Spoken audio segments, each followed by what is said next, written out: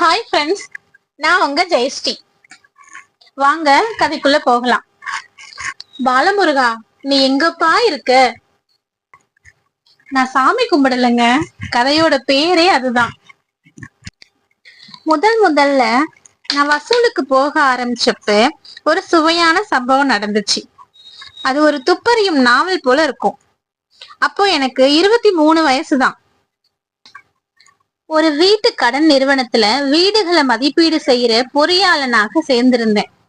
அந்த வயசுக்கே உரிய ஆர்வத்துல என் வேலையோட சேர்த்து மத்த துறையில உள்ள வேலையையும் நான் பாக்குறது உண்டு. அப்படித்தான் வசூலுக்கு போற அதிகாரிகளோட சேர்ந்து அப்பப்ப போறதும் வழக்கமா இருந்துச்சு. அந்த நிறுவனத்துல 2 வசூல் அதிகாரிகள் இருந்தாங்க. ஒருவர் கொஞ்சம் பெரியவர்னா ஒரு 50 வயசுக்கு மேல இருக்கும்.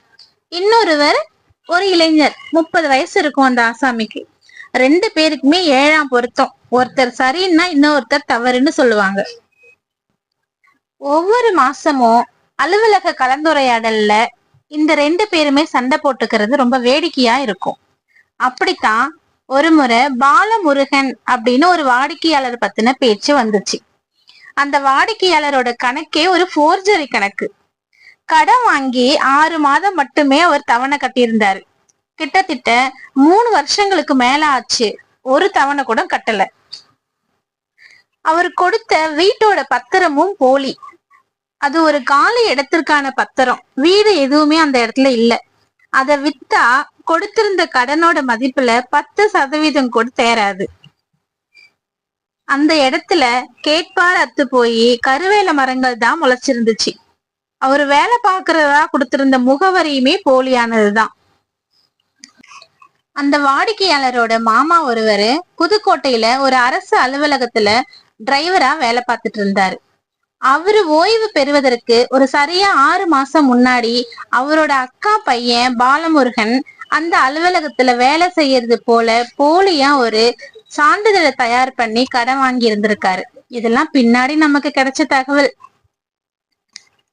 வழக்கம் போல பெரியவர் அந்த கடனை வசூல் செய்யறதுக்கு ஏதாவது ஒரு வழி இருக்கும்னு சொல்ல, இளையவர் அதற்கு வாய்ப்பே இல்லைன்னு சொல்ல, அங்க ஒரு வாக்குவாதம் போயிட்டு இருந்துச்சு. கூட வேலை பார்க்கிற எல்லா பணியாளர்களுமே அவர்களை அமைதியா வேடிக்கை பார்த்துட்டு இருந்தாங்க. எனக்குள்ள ஒரு குறுகுறுப்பு. ஏன் சார், போர்ஜரி அக்கௌண்டா இருந்தாலும் வீடு இல்லாட்டியும் பாலமுருகன் ஒரு மனுஷன் இருக்கிறது உண்மைதானே, அவனை பிடிச்சா வசூல் பண்ண முடியாதா அப்படின்னு நான் ரொம்ப அறிவாளித்தனமா கேள்வி கேட்டேன். பெரியவருக்கு ஒரே சந்தோஷம். அவர் கட்சிக்கு ஆள் கிடைத்து விட்டதுன்னு ரொம்ப பூரிச்சு போயிட்டாரு. இளையவருக்கும் என் மேல ரொம்ப கோபம். அவனை லோன் கொடுத்த மேடமே ஒரு டைம் தான் பார்த்திருக்காங்க. இந்த 3 வருஷத்துல அவனை தேடாத இடமே இல்ல.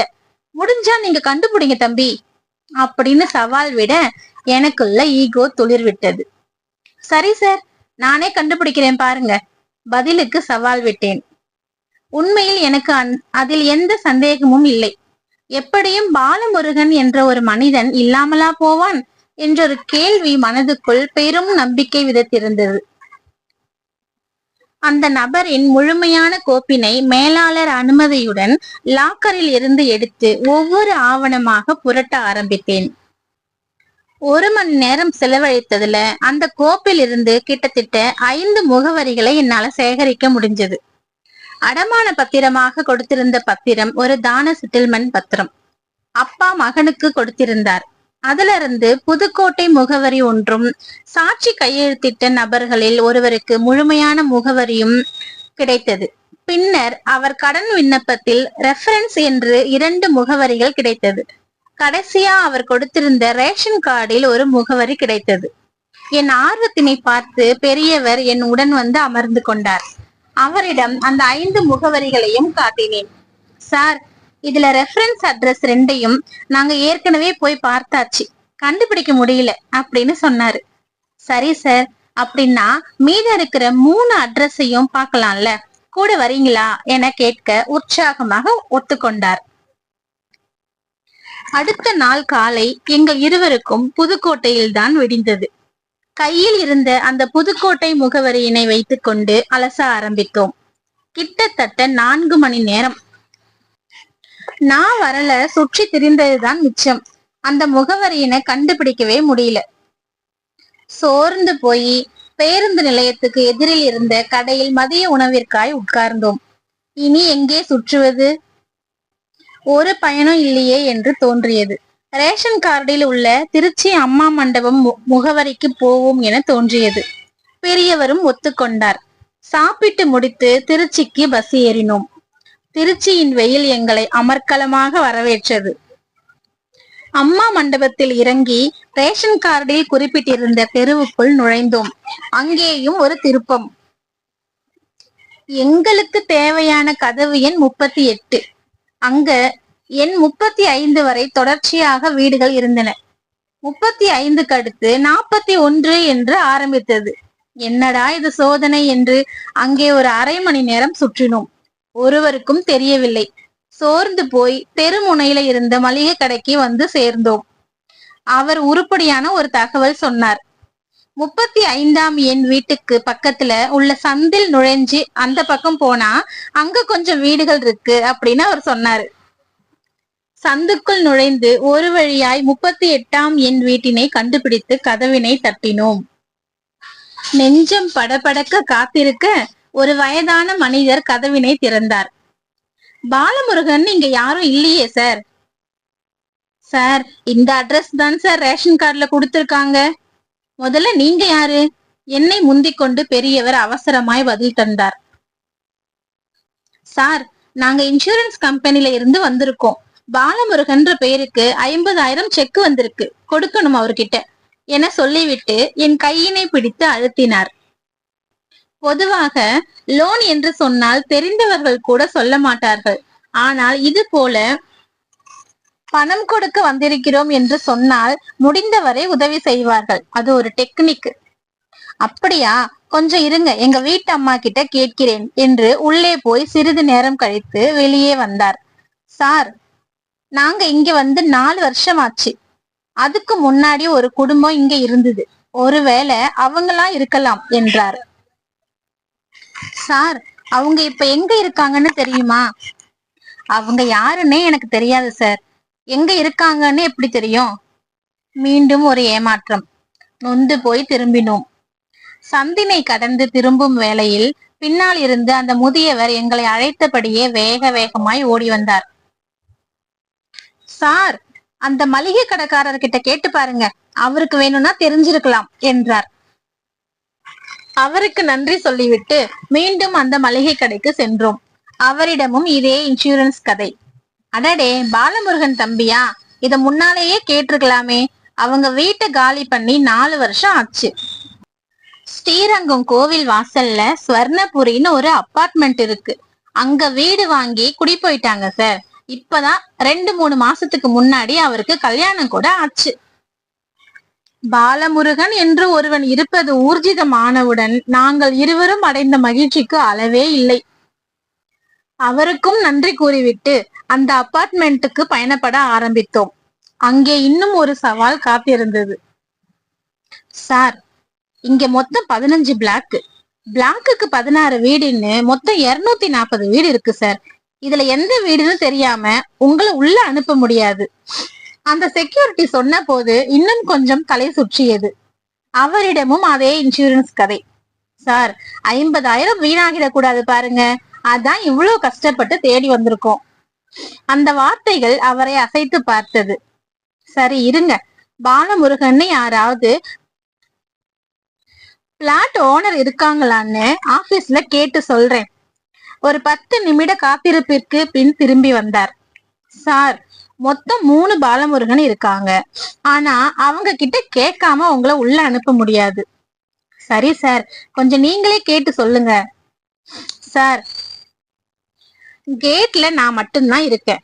6 மணிக்கு தான் ஆள் மாத்த வருவான். அது வரைக்கும் வெயிட் பண்ணுங்க. மணி 4:30 தான் ஆகியிருந்தது. வேறு வழியின்றி முன்னால் இருந்த திண்டில் உட்கார்ந்தோம். கால்கள் இரண்டும் வலி கொடுக்க ஆரம்பித்தது. 1/4 மணி நேரம் கடந்திருக்கும். அந்த செக்யூரிட்டி அழைத்தார். சார், யாராவது ஒருத்தர் மட்டும் உள்ள போய் எந்த பாலமுருகன்னு பார்த்துட்டு அவரை போன் பண்ண சொல்லுங்க. இன்னொருத்தரை உள்ள விடுறேன். ரொம்ப நன்றிங்க ஐயா, ரொம்ப ரொம்ப நன்றி அப்படின்னு சொல்லிட்டு நான் மட்டும் உள்ள போனேன். முதல் பாலமுருகனின் வீடு 3வது பிளாக்கின் 2ஆம் மாடியில் இருந்தது. அந்த பாலமுருகனுக்கு 50 வயது இருக்கும். வழுக்கையோடு யார் வேண்டும் என்றார். கண்டிப்பாய் இவருக்கு 3 மாதம் முன்னால் கல்யாணம் நடந்திருக்க வாய்ப்பில்லை என்று மனதுக்குள் நினைத்து கொண்டு அடுத்த பாலமுருகனை தேடி போனேன். நான் தான் சார் பாலமுருகன், நீங்க யாரு என்ற பாலமுருகனுக்கும் 50 வயதுக்கு மேல்தான் இருக்கும். அட போங்கடா, இன்னும் ஒரு வீடா என தோன்றியது. ஆனால் அந்த மனிதர் என்னை விடவில்லை. ஏதோ திருடனை பிடித்து விசாரிப்பது போல விசாரித்துக் கொண்டிருந்தார். அவரிடமும் அதே இன்சூரன்ஸ் கதை. நான் இன்சூரன்ஸ் போடவே இல்லையே. அப்புறம் எப்படி என் பேரு அட்ரஸ் எல்லாம் கரெக்டா தேடி வந்திருக்கீங்க? அப்பா சாமி, தெரியாம வந்துட்டேன், விட்டுடுங்க என்று கதறாத குறையாய் பதில் சொல்லி கொண்டிருந்தேன். நாங்கள் தேடி வந்தது வேறு ஒரு பாலமுருகன் என்று சொன்னால் அவர் நம்பவில்லை. என்னை திருடன் என முடிவு செய்திருப்பார் என்று நினைக்கிறேன். நல்ல வேளையாக தர்ம அடியில் இருந்து அன்று தப்பித்தேன். வேற வழியே இல்லாம இன்சூரன்ஸ் கதையோடு அம்மா மண்டபத்தில் தேடிய கதையிலிருந்து அந்த வீட்டிற்கு வந்து சேர்ந்த கதை வரை சொல்லி முடித்தேன். அப்படியா என்று ஒரு வழியாய் திருப்தியானார். ஆள விடுங்க சாமி என்று நான் நகர ஆரம்பிக்க, தம்பி ஒரு நிமிஷம். ஐயோ திரும்பவுமா என்று கடுப்பாகி போய் திரும்பினேன். இங்க 4வது ஃப்ளோர்ல நரசிம்மன் ஒருத்தர் அம்மா மண்டபத்துல இருந்து வந்தவர் இருக்காரு. அவர் பையன் பேரும் பாலமுருகன் தான் நினைக்கிறேன். அவர் சொல்லி முடிப்பதற்குள் என் மூளையில் மின்னல் வெட்டியது. நான் தேடி வந்த ஆள் கூட என் பாலமுருகன் தான். அந்த நிமிடம் அவர் எனக்கு கடவுளாய் தெரிந்தார். அவருக்கு நன்றி சொல்லிவிட்டு அந்த பிளாட்டிற்கு ஓடினேன். காலிங் பெல்லினை அடித்தவுடன் இதயம் படபடக்க ஆரம்பித்தது. ஒரு இளம் வயது பெண் புது தாலியுடன் கதவினை திறந்தார். அவரின் பின்னாலேயே யார் லதாது என்று கேட்டபடியே வந்தது. நான் கடன் விண்ணப்பத்தில் பார்த்த புகைப்படத்தில் இருந்த முகம் கொஞ்சமும் மாறாத சாட்சாத் அதே பாலமுருகன் தான். அவ்வளவுதான் ஃப்ரெண்ட்ஸ், கதை முடிஞ்சிருச்சு. இது வரைக்கும் இந்த லோன் வசூல் பண்றவங்களை எங்கேயாவது பார்த்தா இவங்களுக்கு வேற வேலையே இருக்காது போலன்னு திட்டுறதுக்கு தான் தோணும். ஆனா முதல்ல அப்படி ஒருத்தவங்க படுற கஷ்டத்தை பார்க்கும்போது ஐயோ பாவன்னு தான் ஃப்ரெண்ட்ஸ் இருக்கு. ஓகே, நாளைக்கு வேற கதையில உங்களை சந்திக்கிறேன். அது வரைக்கும் பாய்.